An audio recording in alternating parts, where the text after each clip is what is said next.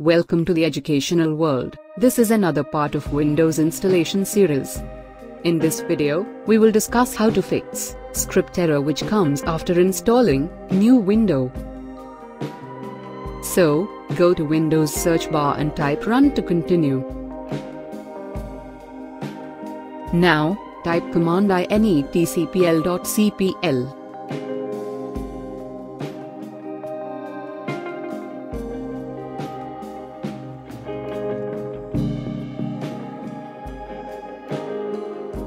Internet properties will open. Go to Advanced tab and click on Reset.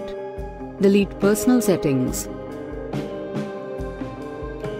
Click on Reset and wait for a while. Now close the Internet properties windows. Now, your script error will be fixed. Restart your computer. Now, like this video and subscribe to our channel, and if you have any query, feel free to ask us in the comment section. Thanks.